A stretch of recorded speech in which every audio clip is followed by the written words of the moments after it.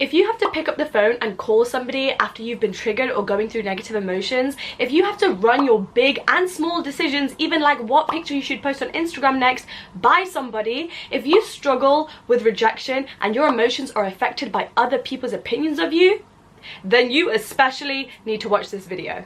Seeking validation is the fastest way to betray yourself, and in the process of doing so, not only are you saying you don't trust yourself, but you're saying that you rely on others to have better self-worth and that external opinions are more important than your own. And after a while of engaging with this behavior, not only will you lose yourself, you'll find it difficult to love yourself, and you could spend your entire life chasing others and still never feeling fulfilled because you haven't taken the time to build a safe, supportive, validating and loving home to come back to within yourself. And that's why this video is all about how you can learn to finally validate yourself. Learning to validate yourself will maximize your independence, allow you to get to know yourself fully so you can actually be your own best friend. It provides an effective practice to actually grow your self-love, and my favorite, it will help you to manage your thoughts and emotions much better.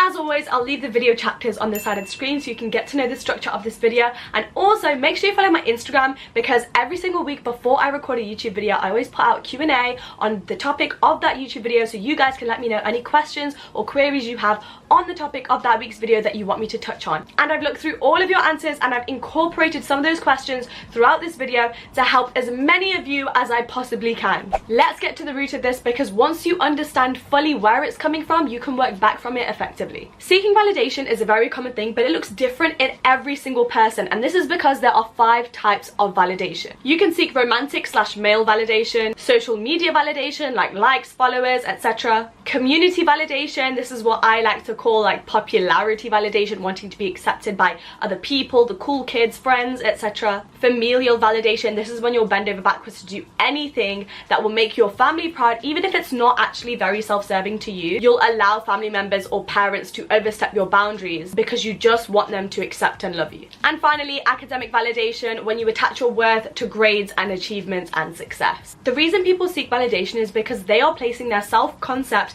and self-esteem in the hands of others, such as their approval from other people or from external factors like grades. You are placing your self-love and your self-worth to something outside of yourself. That literally makes no sense. And that's why it never works long term. That's why it's a never-ending cycle. You might get the likes and followers, you might get the guy to like you, you might be in with the popular kids, but then you're chasing it still over and over and over again and never feeling fulfilled. You are always chasing something because you are chasing the wrong thing. Validation starts and ends within yourself. Really, seeking validation is caused by having a very weak self-perception, which is built on a very shaky foundation of your self-worth. What I mean by this shaky foundation of self-worth is that an insult or online trolling or even disapproval from a stranger can now cause insecurities within yourself because you haven't got that strong foundation. So how can we reverse seeking validation from other people? The best way is to close the gap between your public and private self. We want to take it from here to here, so it's the same person. Many of us build a persona that we use in social settings, our public self, and we carefully curate this public self so that we can gain the desired perception we want other people to have of us. For example, we might try to be quieter or have fewer opinions so no one disagrees with us and we're not controversial. We might water down our personality because we think that's the only way we'll get more friends. You know, like when you meet someone for the first time, you're like, you know, don't be too much, or I have to be a bit more of a refined, perfect, polite, nicer version of myself. So now, let me reassure and validate you. It is not your fault that you seek validation. The reason that you do is because you probably received little to no validation when you were a child. Or maybe you didn't receive validation when you were growing up, in your teenage years, from your family, your friends, maybe even your teachers. Validation is an underrated form of love and acceptance, and it should not be held back from anyone. And if it was held back from you, then of course you're gonna have unhealthy coping mechanisms like people pleasing or seeking male validation or attaching your worth to your academics. That is not your fault, and I'm so sorry that that's the place that you're in. However, although it is not your fault, it is your responsibility to make a better life for your present self. It is your mission to be there for yourself so you don't keep suffering in the long term. Because at the end of the day, you are, and you need to believe that you are beautiful enough, you are smart enough, you are desirable enough, and you are worthy enough of everything you want. You are worthy enough to be validated just from yourself. And you need to hold that self-validation to such a high standard that the opinions of others no longer hold any significance to how you feel about yourself. And this is the perfect time to bring in male validation. This is something I struggled with for so many years. It's a never-ending path of trying to fill a hole within yourself which only craves self-love. But that's hard, so you go out and you seek it from other people instead. Because a compliment, a text from a guy, being asked on a date is quick and easy, and it will give you that dopamine hit so fast, but it will not fulfill you long term. So let's cut that shit out, and this is how. First and foremost, take men off the pedestal and put yourself on it instead. Affirm it. I am that bitch. I always have been, and I always will be, regardless of what anybody else says. I don't care if you believe it, you are going to say this to yourself enough times until you do. You are going to embody the energy of being your own it girl until it naturally becomes a part of you. Also, just because somebody else gets more male attention than you does not take away your beauty or your worth as a woman. Please do not let it define you, because men's tastes are very questionable. They are not to be trusted, okay? Men should be the last people to be the deciders of anybody's worth or beauty. It's 2023. We know how stupid men can be and the weird decisions they make, and yet you still trust that their opinion of you is valid?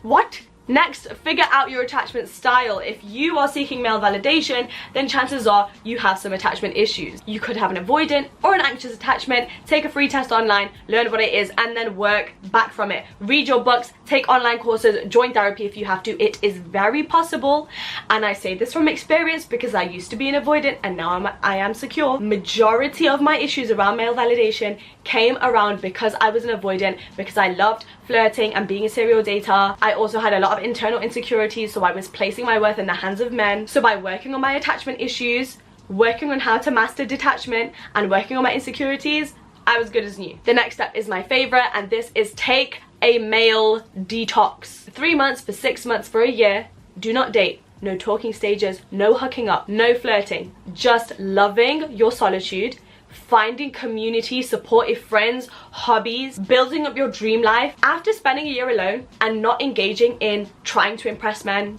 trying to get them to like you, trying to get them to choose you, date you, whatever, you will become so magnetic and confident and independent. Your aura will be amazing. And especially once you've taken that significant amount of time and spent it alone, you are no longer going to care what other men think about you, because now you're used to not chasing it anymore. It takes 30 days to form a habit. So I don't care how hard and uncomfortable it feels, for 30 days you are not going to date or talk to a man. After a month you'll be used to it. After a month you'll be used to loving yourself and your own company. Then you keep it going. Then your confidence increases. Then you're more independent. Then your standards skyrocket. Then you don't even care what a man has to say about you. And also, please remember this. Why do you need somebody else to tell you that you're beautiful or that they like you? You liking yourself is enough. You can stop there. I am proud of myself for XYZ. Yes, maybe I have these few weaknesses and insecurities over there. That's okay. That's human. That doesn't make me any less worthy. That doesn't make me imperfect. Even if I am imperfect, that's fine. But what I think about myself is the only thing that matters. So let's talk about the next form of seeking validation, which is people pleasing, and how this can make you lose yourself. I have had my own battles with this over the course of my life so far. This was even up until recently, where I feel like I didn't feel worthy of friendship, so I would water myself down so I was more digestible for others, or I would push myself to fit in a smaller box so that more people would like me, or I would bend over backwards to do favors for people and impress them so that they'd like me and approve of me. And in doing all of that, I lost myself, because I was signaling to my brain that my choices are not enough. Me just being authentic on my own as I am isn't enough. I had this limiting, ongoing belief that I have to perform and I have to earn other people's approval. I can happily say I'm no longer in that place, and this is how I spent so long growing my self-love, through spending time by myself in my solitude. Because the thing is, seeking validation and people pleasing is a very addictive behavior, and it can turn into a never-ending cycle, just like many other forms of validation. So sit with yourself, start practicing what it's like to spend time with yourself and how fun it can be, and over time you'll enjoy it a little bit more each day. And when you've fallen in love with yourself yourself in your solitude, your standards go so high. My dating standards and my friendship standards are equally high, and not enough people talk about this. There is so much emphasis on having such a big list of rules and high standards for dating men, which of course there should be, but you should hold the same standards for your friendships, for who you allow to take up your time, energy, space, resources, emotions, love, affection, and care. I am so picky now because I don't mind being alone. I'm happy with it. That's how I protect my peace and my energy. That's how I stay feeling good about myself, because now at least I don't have toxic friends. At least I'm not bending over backwards for people who wouldn't do the same for me. And on top of this, once you are confident in spending time alone, once your standards have been raised through the roof, you can now set boundaries without fear. A lot of people tell me that they struggle with setting boundaries. Really, this is a result of a lack of confidence, and also because you tend to be a people pleaser. You are afraid of letting other people down, of disappointing them. But the right people aren't going to be disappointed when you set your boundaries. They will respect them. And when you spend time alone and have those high standards for friendship, you will be able to protect yourself and avoid those leeches that make you feel bad for setting boundaries. A very important element to stop seeking validation is to stop giving enough. And this is how you do it. Remember that everything is temporary, and that one person's disapproval of you is a singular moment in time. That moment of time will pass and they will forget about you before you know it. Plus, nothing really matters and we're all living on a floating rock, and we are one of 8 billion people. Let that sink in. Nobody cares that much. I am never going to be that person that says that nobody cares about you, because truthfully, yes, people stare, people laugh, they point, they insult, they judge, they talk behind your back. I've experienced it all. Sometimes people do care about what's going on in your life because it makes them feel better about themselves to judge you. But nobody cares that much, because when they go home and they are working, they are doing other things, they're about to fall asleep at night, they are not still thinking about you. When they are at work and they are going through stresses and they are trying to be productive, they are going through issues with their family, they are not still thinking about you. People have their own lives, and yes, they will occasionally judge you and project their insecurities on you, but it never matters enough for that moment to last more than 5 minutes, because after that they will forget about you. They will move on to worrying about their own life or judging another person. So if they're forgetting about it, you should too. Let it go. The next step is a crucial one. Focus so hard on bettering yourself and your life. In the process of achieving self-love, self-growth, and achieving all of your life goals, you will have built up so much pride, confidence, and independence that your newfound fulfillment will protect you from falling back into your old unhealthy coping mechanisms like people-pleasing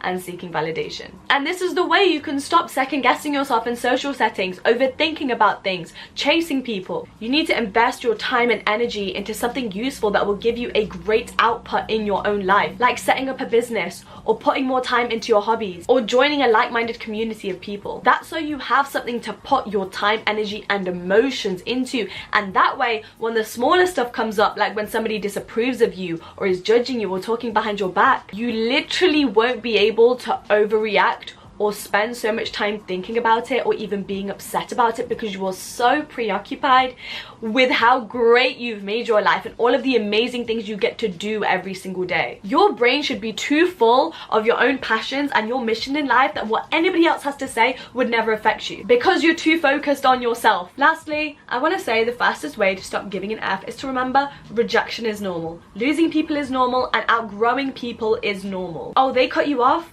or they don't like you, or your crush doesn't find you attractive, so what? That doesn't define you or your character or your worth. Some people just aren't meant for us, or sometimes we just deserve better. Sometimes we're going after something that we thought we wanted but actually should never have come into our life. Not everybody's meant for us, and also you shouldn't even want everybody to be meant for you. It's a good thing that not everybody likes you. That protects you. Every single human being on this planet, even the richest and the most famous and successful, are handed their own little bag of rejection and failures and life lessons. It is nothing personal. That's just life.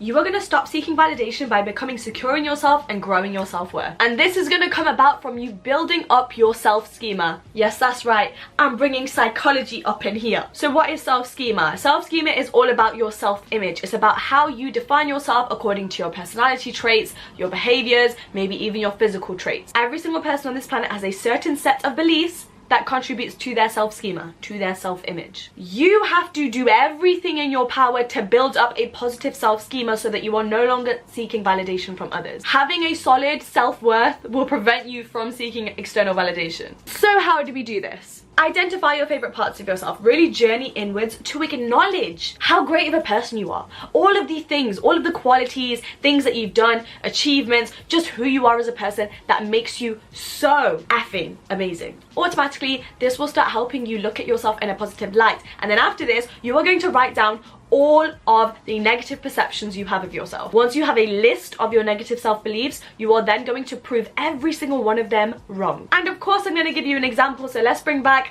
Lola and Athena. Now, both Lola and Athena have the same negative self-belief, which is that they are not beautiful. They feel very unattractive. Lola listens to this negative self-belief, so she hides herself away. She hides her face in pictures. She chases other people because she thinks she's lucky when guys like her because she thinks she's so ugly. She doesn't go after certain opportunities because she automatically assumes she'll be rejected from them because she's just not good enough. She's just not attractive enough for that. She allows her negative self-belief to control her life and the way she sees herself, and this ultimately leads to her seeking validation from everyone and thing. Now, Athena also believes that she's unattractive. Now, we all know this ain't true. Both of these women, gorgeous, gorgeous. Look, Athena is that girl, okay? But Athena has had this negative self-schema, this negative self-belief for her whole life. She just cannot see the beauty in herself. But she is sick of placing her worth in the hands of others, and she wants to do something about it. She is now on a mission to try and see herself in a different light,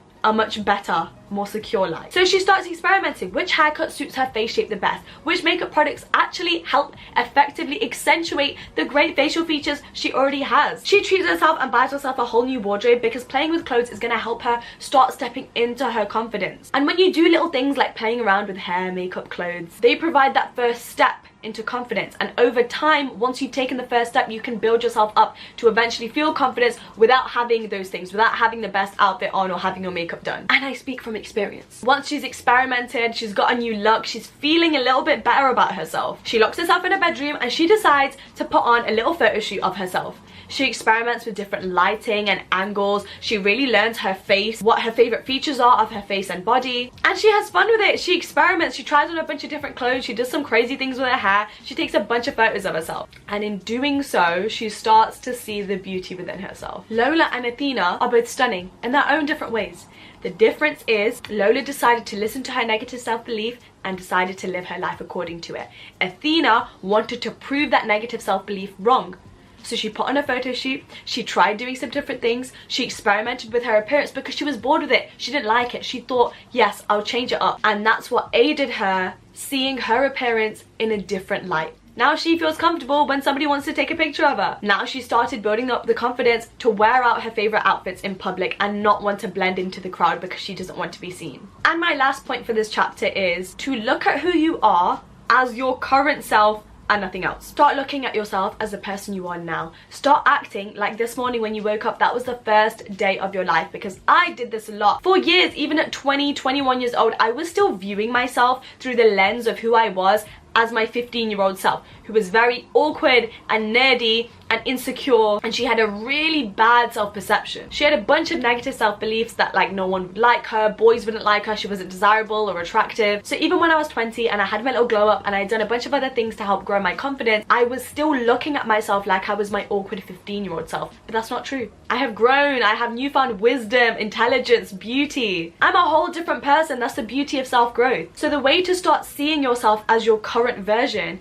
is every morning you need to wake up like today is the first day of your life, and that's gonna help you stop bringing in past rejections, mistakes, cringy, embarrassing moments into your present life. It's gonna help you stop defining yourself through your past mistakes, through the past versions of yourself, who you also need to give forgiveness to because they were who they were and they acted the way they did because they had a certain level of awareness at that time. You have grown since then. You do not need to keep looking at yourself through the lens of your past selves because you're not that person anymore. You need to ask yourself, if I woke up today, if today was the first day of my life with the things I have, the things I've accomplished, and the newfound wisdom I have at this age, who would I be? What would I say? How would I act? what would I do? And go into your day like that, rather than harboring all of this resentment for your past selves and your mistakes. Because when you're still focusing on past negative memories of yourself, that is also what is impacting your self-schema being negative. I'm 22 now. This was me 10 years ago at 12 years old. Look at me. You can just see that I'm not confident, that I'm not feeling myself. Imagine that I still viewed myself through that lens. I wouldn't even be sitting here recording this video because I would feel so much shame about myself. So not only did I have to go through self-growth to step into a new version of myself, but I had to shed the old version of myself so that I could allow a new perception to come into my life and stick with it and believe it. And the last most important chapter, how to become your own validation. The advice I'm about to give in this chapter will apply to all types of validation, but I'm going to be using emotional validation as an example throughout when I'm explaining everything. You are the only person in this universe that truly knows yourself